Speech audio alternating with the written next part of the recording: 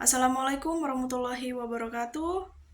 Izin memperkenalkan diri. Nama saya Nabila Berliana Nur Aziza dengan NIT 22092140. Di sini saya akan menjelaskan materi tentang manajemen persediaan.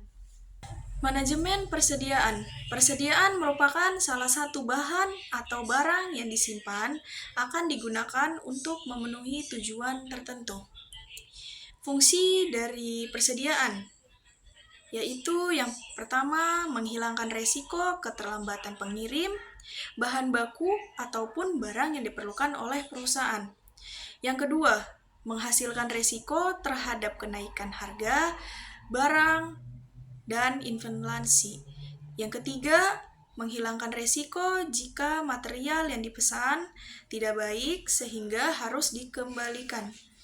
Dan yang keempat, menyimpan bahan baku yang dihasilkan secara musiman sehingga perusahaan tidak akan kesulitan apabila bahan tersebut tidak tersedia di pasaran.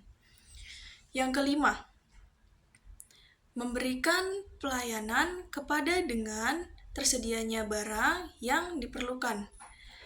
Selanjutnya, yang keenam, mendapatkan keuntungan dari pembelian berdasarkan diskon kuantitas. Nah, selanjutnya materinya klasifikasi persediaan berdasarkan fungsi. Yang pertama, bed stock.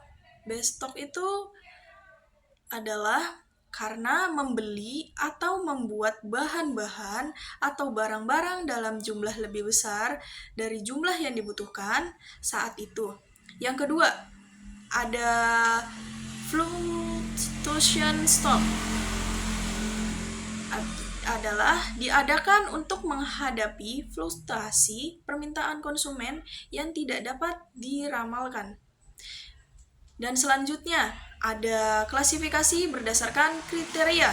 Yang pertama, permintaan atau demand.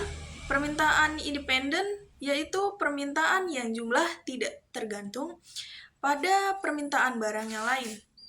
Yang kedua, adanya permintaan dependen, yaitu permintaan yang kuantitasnya bergantung permintaan barang lain yang menjadi komplement. Dan selanjutnya ada klasifikasi persediaan berdasarkan status material. Yang pertama, persediaan bahan baku atau bisa disebut dengan raw material inventory. Persediaan yang dibeli tetapi tidak diproses dan dapat digunakan untuk mendekampel atau bisa dibilang memisahkan masuk dari proses produksi. Persediaan barang setengah jadi, bahan baku atau komponen yang sudah mengalami beberapa perubahan tetapi belum selesai. Persediaan barang jadi, produk yang sudah selesai dan menunggu pengiriman.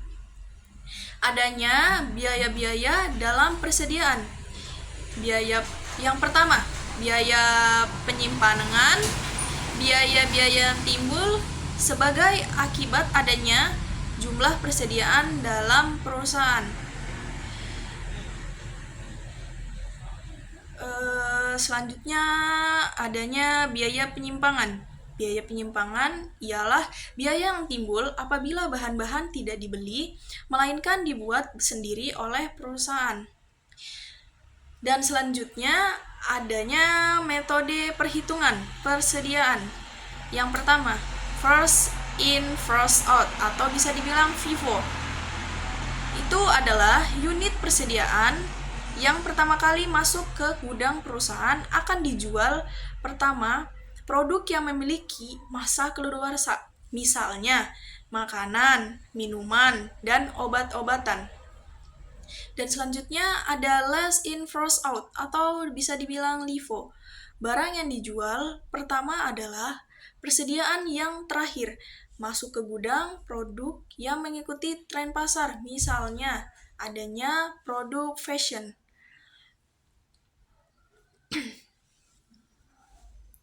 Dan selanjutnya adanya teknik pengendalian persediaan ABC.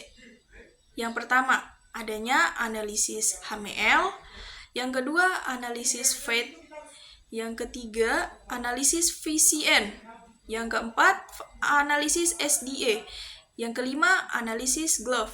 Yang keenam, analisis SOS analisis. Analisis HML, analisis hash price, medium, price low, price VCN, analisis fast moving, slow moving, non-moving. Dan SDA analisis, cross langka, disco solid, isi mudah berdasarkan tingkat kelangkaan pasokan. Sekian dari materi yang saya sampaikan. Terima kasih.